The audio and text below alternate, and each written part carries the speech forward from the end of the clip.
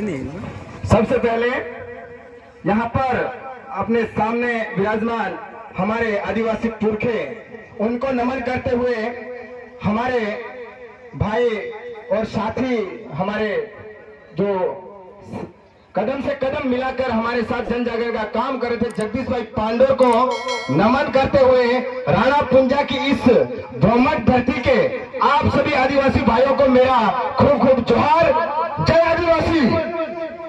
तो यहाँ पर हमारे आदिवासी जो सामाजिक कार्यकर्ता है, उन्होंने बहुत सारी बातें आपको बता दी है, किस प्रकार से हमें लड़ना है, किस प्रकार से कार्य करना है और किस प्रकार से संगठित रहना है, वो सारी चीजें बताइए। फिर भी मैं एक आध चीज और उसमें जोड़ना चाहूंगा कि आप लोग संगठित कैसे रह सकते हो और कैसे नहीं रह सकते हो, उसके बहुत सारे कारण हैं, लेकिन हमें संगठित रहना है, उस चीज को पकड़ना है।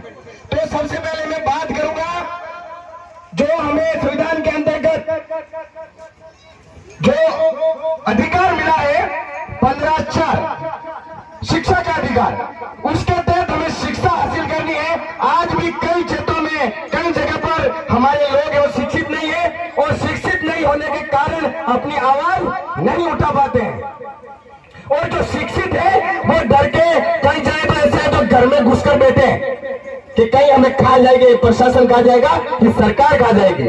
और आपको बता देना चाह रहा हूं, मैं भी एक सरकारी कर्मचारी और मैं कभी डरता नहीं हूं। जो मेरे संविधान का आर्टिकल मुझे अधिकार देता है कि आप बोल सकते हो, और वैज्ञानिक जो दृष्टिकोण की जो शिक्षा है, वो तर्कशील शिक्षा है, वो हासिल करके मेरे समाज को जगाने का काम कर रहा हूं, और हमारे क्षेत्र में भी कर रहा हूं, और आपको भी जगाने आया हूं। और मेरी तरफ से जो भी बात है वो आपको बता दे रहा हूं कि किसी शासन, प्रशासन, सरकार से डरने की जरूरत नहीं है।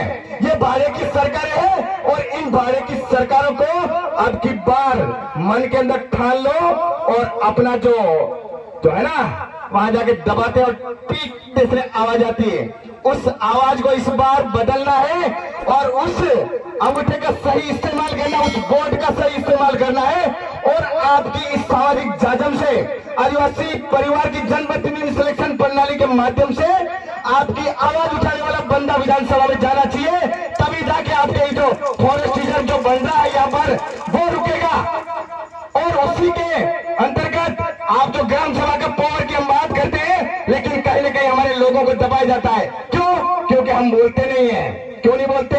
हमारे को संविधान का आर्टिकल जो मौलिक अधिकार दे रखे हैं, उसमें संविधान का आर्टिकल 19 एक हमें आजादी देता है, बोलने की, सभा करने की आजादी देता है, संगठन बनाने की आजादी देता है, घूमने फिरने की आजादी देता है, और दूसरे लोगों को हमारे क्षेत्र में रहने और व्यापार करने की स्वतंत्रता नहीं देता है। दो हमारे पास प्लस पॉइंट है, इन लोगों को भगाने के लिए इस संविधान के मार्फत से कि अगर हम लड़ेंगे तो इन लोगों को हम भगा सकते हैं। तो इन सारी बातों को आपको समझना पड़ेगा, सोचना पड़ेगा, और आदिवासी परिवार की जो वैचारिक जाजम है उसके ऊपर आना पड़ेगा। समय बहुत कम है। जय जोहार, जय आदिवासी।